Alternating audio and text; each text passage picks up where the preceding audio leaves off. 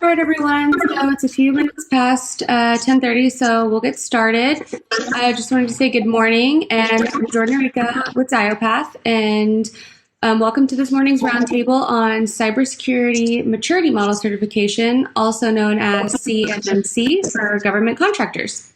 This is the third part of our three-part mini-series, and in 2021, we'll be kicking off a new roundtable series on IT security challenges, and you can view all those event details on our events page on our website. So for today, our hosts are Sean Trojek, our IT security practice lead. Hi, Sean.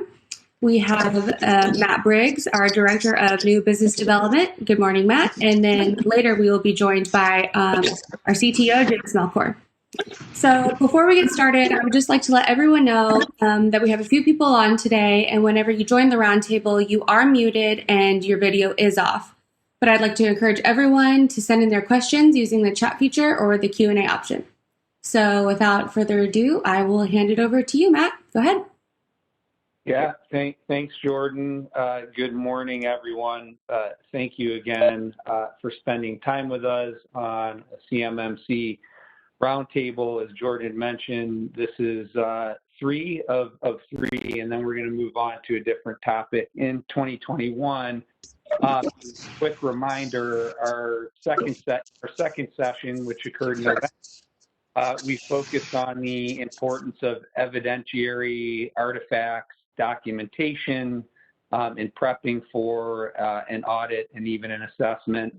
The importance of performing a CMMC diagnostics assessment in prep for a pending audit, third-party audit, compliant tooling, and then controls associated with the various CMMC levels, which, Sean, we might want to flash across the screen again at the end of our conversation. I think it might be helpful because we were cut a little bit short there. So as Jordan had mentioned, please don't hesitate to ask questions via chat, and we'll try to get to these questions in the session. And if we run out of time, as always, we will follow up with an email addressing your questions. So in this round, really what we want to do is we want to close out on talking about business risk, competitive advantage, and investments as it relates to CMMC. And then we may touch on a few different methods in which we can perform a CMMC assessment as well. So just, again, quick reminder on DYOPATH. So as an IT outsourcer to over 400 commercial and federal clients, we spent the past 2 decades preparing organizations for various audits from an IT and IT security perspective. We do have significant experience working with both federal agencies, DOD, HHS, DOJ, Veterans Affairs, and a wide range of federal contractors. So we thought it would be good to chat about CMMC and include those of you that are in the defense industry base, so that you guys are in a position to pass an audit, right, if you decide to go down that path. All right. So again, format for this session is some rapid fire Q&A at Sean, who's our IT security practice lead, and a CMMC subject matter expert. So Sean, let's start with really the question around explain why organizations in the defense industry base that aren't taking action to become CMMC certified are exposing themselves to risk, particularly business risk. If I think about that one, to me, it's more of getting in the game of playing catch up. And so, here is a crowd. There's a race, if you will, and this standard has come out, and different parties are reacting to it and trying to understand it and get their arms around it. But at the end of the day, I don't think that a business just wants to put their head in the sand, so to speak. I think what they'd want to do is just kind of really tackle it and try to understand what is their exposure and what do they need to really do to deal with this thing. It's not going away, at least not anytime soon. And I would say that there's been things that have been leading up to it for a while. So We've had things in the federal space for years and years and years, and what we used to have, and I'm going to use a bit of a technical term, but it was called a POAM, and that's where you could kind of get a step out, or you don't necessarily have to comply with everything if you could get some sign off. With CMMC, that type of stuff is going away. So there's a certain level that they're expecting organizations to adhere to, and that's the level is the level, and you need to meet the requirements. And if you step in this race quite a bit late, then I think you're going to be playing catch up the whole time. Yeah, good point. And so, for the attendees, I would say if CMMC is somewhat nebulous to you, or if you don't understand, I know we've talked about this in the past, what level you may potentially need to certify at to ensure that you be able to achieve contract award. I would say start with education, right? Understand the requirements, and we've talked a lot about reaching out to maybe your prime contractors you're involved with; those are your clients, and determine what the expectation is, because once you understand that, then you can put a game plan in place and ultimately avoid. As far as risk is concerned, if you elect to do nothing, certainly there's things like loss of clients, inability to be awarded contracts, maybe unforeseen or unbudgeted expenses in the form of assessments that you weren't prepared to sign off on. There could be multiple audits, remediation work, things of that nature, and then. There's certainly the financial impact, but I would say there could potentially be legal impact and reputational impact as well, right? So we can lump all this into you've got to have say a risk avoidance plan, and embarking down the CMMC path sooner rather than later is probably your best bet. Especially if you get a substantial amount of revenue from, the Department of Defense supply chain. So, Sean, anything else to add there before we move to competitive advantage? Yeah, just a bit more. Something else I would comment is just if you think about the types of things that CMMC is really trying to push, really in today's age and today's threat paradigm and the types of things that we're dealing with, I think it's also quite timely just from a business risk. Never mind compliance and trying to win the contracts and all that type of stuff, because definitely that's part of it. But the other part of it is there is just a tremendous level of exposure just having IT nowadays.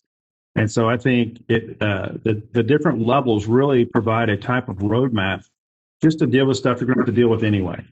So that's kind of my 2 cents on that one. Yeah, it's a good point. And I know in our first session, we talked a lot about the motivation for the Department of rolling out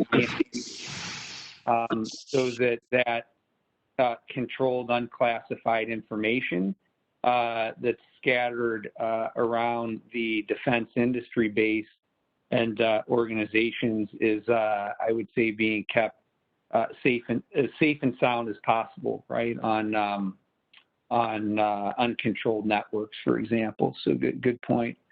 So look, on the opposite side of the spectrum, becoming certified, compliant, certainly CMMC lumps into this. In our opinion, affords organizations a competitive advantage. So, Sean, can you discuss this concept with our attendees, please? Well, sure. I think a good part of it, one, let's say that you have that certification. To me, that automatically gives you a level of credibility that you wouldn't have. So that it implies trust, implies that you're doing good things within your organization. If you have that trust, maybe that opens up more opportunities. So as things come around, contracts and bids and so forth, I mean, you might be opening the floodgates, so to speak, just by having that available and up and ready. And, I can say that just from my perspective, we've helped other organizations before CMMC even came along. We've certainly seen evidence of that, where if they prepared for certain federal requirements that opened up the door for them in many other areas. And then I would say that we could speak to that same concept as for ourselves as an organization. So, it's certainly opened up many doors for us. Yeah. Let's see. In terms of, let's say you're dealing with a prime contractor, maybe you can get better margins if you do have that certification versus someone who doesn't. So that's something else to think about.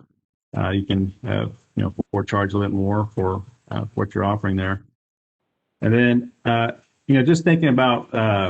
Again, coming back to that contract and I talk about trust and credibility, but just I think if you're up there, and I'm sure everyone will catch up soon enough. If you take the lead at this race, I mean, you'll probably stand out apart from the crowd. So have that kind of competitive advantage there, just being a unique or a differentiator in that market. Yeah. Okay, Sean, and I'll piggyback on some of these things. So, maintaining healthier margins. The reality is, contractors, prime contractors, are going to place value on the level of certification, right, an organization is at, and that gives them peace of mind. And this is just one example. So, we've seen a trend in talking to our clients that there is this ability to maintain healthier profit margins over competitive bidders, right? If somebody maintains a level 3 versus a level 2, for example, and it could be just a differentiator when all other things are equal, right? I mean, for example, a prime contractor going to be more comfortable with somebody that is level 3 certified versus level 2 certified, even though level 3 isn't necessarily a requirement of the RFI, the RFP, for example. And then there's a few other things. I would say having these certifications. Maybe some of you guys have gone down the path of getting ISO certified, for example. That process opens up, new sales channels, right? So we would say don't be afraid to tout the fact that you've gone through, the process, so certainly leverage it from a sales and marketing perspective, because it could open up other doors.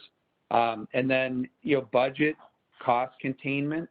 I mean, I think, if you understand the requirements and then you put that plan of action in place that Sean mentioned earlier, the POAM, then you've got, you can set your budget and things become predictable, right? Versus, being unpredictable if you're in a reactive scenario. And then the other interesting thing that we've heard in the field is it's a recruiting tool, right? If organizations are trying to hire high-powered, sales and marketing folks, right? If you're sitting at a good spot with certifications, sales folks are more confident in their ability to compete on RFPs within the DoD supply chain. Okay, so I guess I'll pause because we're about to. Jordan, do we have any questions yet to address? No, we haven't had any questions come in yet, but I'll let you know when they do. Okay. Sean, we must be doing a good job explaining. They're answering all the questions. All right. So another thing that we hear quite a bit of is investing. So Sean, you, your perspective, some of the potential investments that need to be made in the pursuit of CMMC certification, and even after the certification is achieved. And, and fortunately, I think I think there's a well-constructed roadmap that is formed now. And in my view, probably one of the first steps you want to do is get what I would call a diagnostic assessment. And let me explain why. When you get into the CMMC game, and I'm calling it a game because it sort of is, you have to learn how to deal with auditors, and there's a certain mindset that requires. But when you get into that game, the challenge you will find is there is an official body that comes out and performs the audits and the certification. But then there's a process that leads up to that. And so from what we've seen, what will happen is, let's say that you have a relationship with a defense organization or agency and so forth. They'll say, okay, well, you need to start getting ready, and then we're going to come out and audit you in about a year. And so before that, you need to have a good idea of where your gaps are so you know what to start focusing on. And that's not to say that it's going to be perfect or it's going to marry up exactly with what the auditor's expectations are. But if you have that list of gaps and you've got a fairly well-defined list of things to go look at under CMMC, that just gets you much more ready rather than having all these to fix once the auditor comes around. So what I would say is, first thing is let's get that diagnostic assessment going. And probably out of that, what will happen is you'll want to put together what we call a security program. And by a security program, what I mean is very similar to program management in other areas, but you've got your policies, you've got your procedures, you've got your controls, your tools, your budget, your executive priorities, all baked into this. They help guide the organization to where this stuff becomes a part of your organization. So you really want to start putting that into place. And you may find that, okay, well, we do that initial diagnostic assessment. We discover that we need a tool here, or we don't need a tool here. We've already got this one covered. Or maybe we need to do some projects to take care of this or that thing before the auditors show up. So there's all of these things that involve preparation before the audit even happens. So I think those are probably some of the key things that need to happen before, in terms of investment. Yeah, thanks. I'll just I'll add a few others to consider. You're certainly want to budget for the audit itself. Once you feel you're prepared to engage a third-party auditor that is part of the quote-unquote marketplace, that you can go and tap into, and that continues to be developed. And then, certainly, best practices from our standpoint, annual assessments. Even though our understanding is that you likely won't need to recertify until, I would say, year 3, and that's still being fleshed out as well. But get in the habit of performing annual assessments. Not only from a compliancy perspective, but also so that you can advance your IT security posture, and you don't have to do a whole lot of catching up when you recertify, because clearly there's going to be things that change in the certification process as we look out 3 years, because the threat landscape is just evolving and moving at warp speed, right? The threat actors and what they're doing. And then, it may be, Sean mentioned, about the security program, which could involve, either internally or outsourcing to a third party, recurring, services, things like vulnerability management, threat hunting, things of that nature. So there's going to be an investment, especially as you move up the levels in what the Department of Defense and the auditors are going to be expecting or in place to secure that controlled unclassified data. Something else, Sean, that we get a lot of in the field, and I'd love for you to hit on this, is, we've got organizations that maybe they're budget constrained. They're not quite sure what level they're going to need to certify at. So they just want to dip their toe in and kind of see where they're at. So you've introduced this concept of an inquiry-based assessment versus really going full boat with a full-blown diagnostics assessment. So can you talk a little bit about the difference between an inquiry-based assessment and a full-blown diagnostics assessment? Yeah, certainly. So whenever you get into the audit game, a lot of it depends on evidence. And so there are different levels or different levels of quality of evidence. And so whenever the auditor shows up, they're going to look for real evidence, screenshots and system queries and pulling information and looking at all sorts of different things like that. But the problem is if you're trying to get a diagnostic assessment, those things can be expensive because they take time. Inquiry can be acceptable, but it involves a level of trust. And so an auditor, by definition, has almost or has a very low level of trust. And so they cannot rely on inquiry. Whereas a party that you trust, it comes in, you're looking at your own stuff, and it's in your own best interest. There's no reason for you to try to hide things, right? Whereas with an auditor, you may keep things a little bit closer to the vest, may not let everything go. So with an inquiry-based assessment, essentially come in and walk through the process, and for much less effort, I think you can get a similar result. It may not have the same level of quality, but I think you can get a good estimate of where you stand with respect to compliance at most of the levels. So that's level 1 all the way through 5. Now, granted, there may be a couple of items where you still want to look at some screenshots and things like that, but for the most part, just kind of walking through it will give you a good idea. Yeah. We found that we can. Go ahead. Sorry. Sorry. Keep going. Sorry to interrupt. I was going to say, we found that you can take what might be, 120-hour engagement. You can really bring that down to, maybe a third or even less, just kind of depending on the situation or how large the organization is. Right. So, I know we did this recently for an aerospace company, and certainly there was a question of what level of certification needed to be obtained.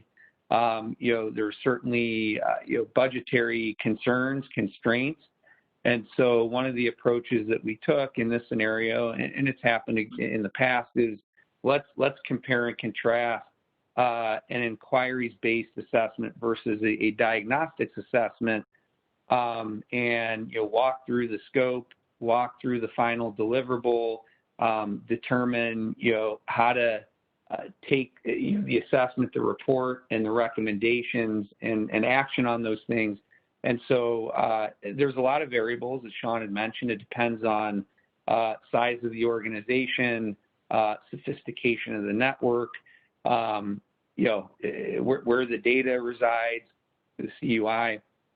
But in this scenario, I think we came in at around $8,000 for the inquiries-based assessment, as opposed to north of $20,000 for the diagnostics assessment. And so we just want to arm you guys with enough information to make a good decision. And there's some organizations that going the route of a full-blown diagnostics assessment might be putting the cart before the horse. There may be known issues about the cybersecurity, IT posture, or the maturity level for that matter. So taking a crawl, walk, run approach on the assessment front might fit the bill, right, for you guys, depending on where you're at. So I have one other point, and we may be able to wrap up a little bit earlier here if we don't have questions. But in closing, I just make sure you learn the requirements. that are associated with your organization. And if you need help understanding what those requirements are going to be moving forward, certainly feel free to reach out to us. Prepare for the certification. So start amassing evidentiary artifacts, documentation. Consider engaging a third party for an assessment to help you understand where you're at and where you need to go. And then I think a big one is prepare to be, I would say, more agile relative to cybersecurity in general as you move forward, because the prime contractors, the Department of Defense, are going to shift gears, because cybersecurity is there are hackers that are finding a lot of success using advanced techniques, right, to breach networks. So try to remain agile, right, as you run through this process. So Sean, any closing comments before we have any questions? Yeah, I can't underscore that agile comment enough. In my view, there's what I call blocking and tackling, to borrow a football metaphor. So you certainly have to do that, which a lot of CMMC has. But then there is also this kind of constant cat and mouse game that is security. So you really have to do both. So, good comment. Yeah. Hey guys, we have two questions. First question is, what is the general timeline a CMMC assessment takes? Yeah, Sean, I guess I'll go ahead and jump in. Again, there's variables, but typically a diagnostics assessment takes 4 to 6 weeks from start to finish, because not only are we doing a controls assessment, but typically we want to do things like penetration testing, and the longer we get from a penetration testing perspective, and that is intrusive testing, where our security practitioners are trying to see what they can get into, for lack of a better term. So the longer we have, the more stuff we're going to find, right, that might be beneficial as we list out recommendations and weaknesses. And then vulnerability scanning. I mean, typically we want to dig into architecture and configuration. Do some whiteboarding sessions. So that takes some time. Occasionally we'll sprinkle in social engineering, phishing campaigns. So again, we've got to make sure those are well thought out, and we interact with the client accordingly. So I think 4 to 6 weeks is a good timeline. Sean, anything else to add there? No, that's good. That's right on. Okay. And then our last question we have is, when do I need to start the certification process? Yeah, so it depends. I think the Department of Defense is going to start with prime contractors, and think of those folks that need to be level 5 and level 4 certified. So that's certainly already in the works. And then there'll be some time before level 3s hit and below. So at this point, Sean, unless you have additional information, the actual audit and certification process is something that will be coming down the pipe in 2021. COVID delayed it, but that doesn't mean we can't start for assessments.